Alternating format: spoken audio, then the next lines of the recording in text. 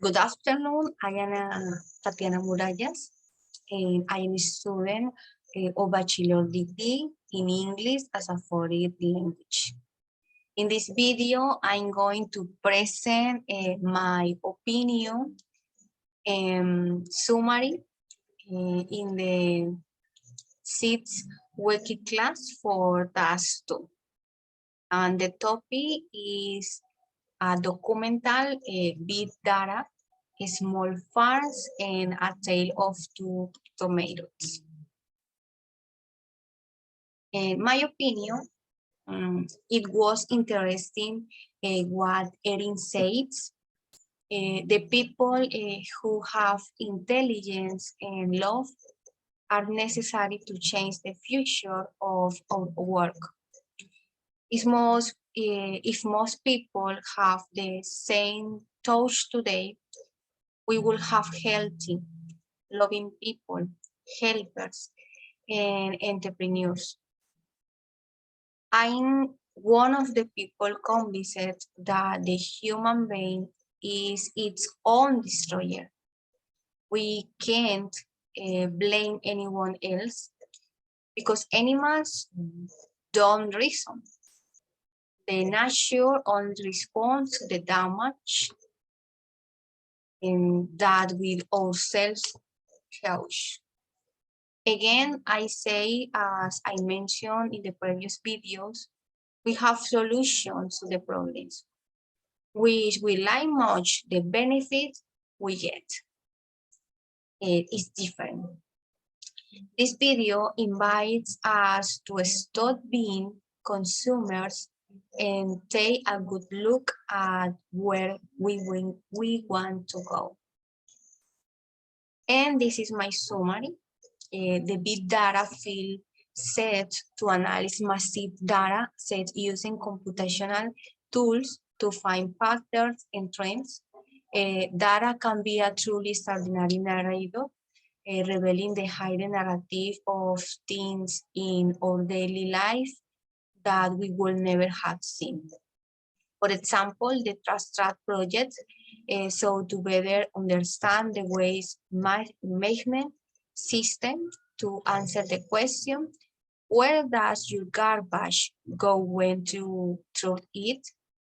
Your old coffee mat or the unfolding phone you were carrying in the early 2000, or about on or this morning's paper, where these things going?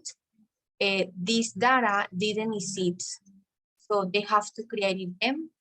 They answer and they visualize this question by installing a small sensor in piles of garbage and the throwing them into the waste system.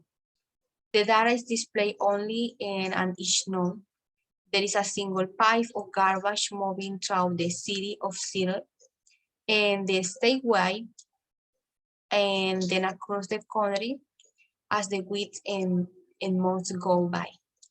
And it's important to visualize this data because the data show us that it's a highly inefficient system whose inherent flaws they didn't think would have been seen if the sensor hadn't done the journalist for them. On the other hand, the entrepreneur Erin started a company together with her husband in 2017. The goal for the company was to create a community around the local food and the people who grow it.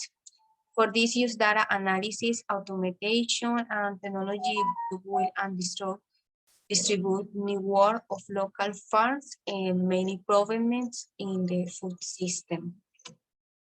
Their starting point was that the current national food system is optimized for only one thing, and that is the business benefit. I mentioned the most compelling reason for food companies to exist is not to feed hungry people, not to make delicious food. It is gain. And that has harmful effects on a levels of our food system.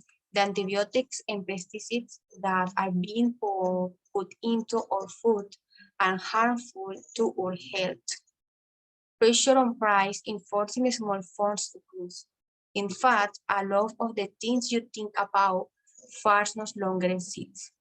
Farms don't look like farms, they look like factories. And at the end of the day, the quality of the food with it also suffers a lot. And farm tomatoes may look like a normal tomato, bright red on the outside, but when you bite it, the taste and the texture leave you wanting. In addition, what they expect from the company is to build a better for of community supported agriculture. Based on three innovations, the first is to create a subscription-based commerce platform. The second is demand forecasting, and the last is the use for route optimization software. What they want is to create a network of local farms distributed nationwide and connect all these farmers with people like as we will love their food. They believe, after all, that really insisting of eating local food is a revolutionary act. And this is my reference.